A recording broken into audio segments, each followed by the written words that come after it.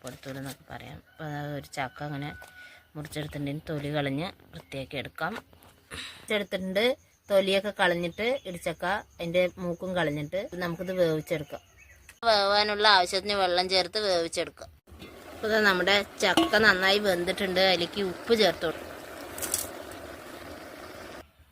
നമുക്ക് ചക്ക വേവിച്ച ചക്ക നമുക്ക് ഇടികളിലിട്ട് ഇങ്ങനെ ഇടിച്ചെടുക്കാം. ഇല്ലെങ്കിൽ പിന്നെ മിക്സി ജാറിലിട്ട് ഒന്ന് അടിച്ചാലും മതി.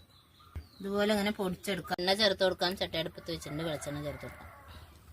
കടുക്, 1 സ്പൂൺ ഉഴുന്ന് ചേർത്ത് കൊടുക്കാം. ചെറിയുള്ളി ചേർത്ത് കൊടുക്കാം. 2 കറുവേപ്പില ചേർത്ത് കൊടുക്കാം. തേങ്ങ ചെറിയത് ചേർത്ത് കൊടുക്കാം. മഞ്ഞൾപ്പൊടി ചേർത്ത് കൊടുക്കാം.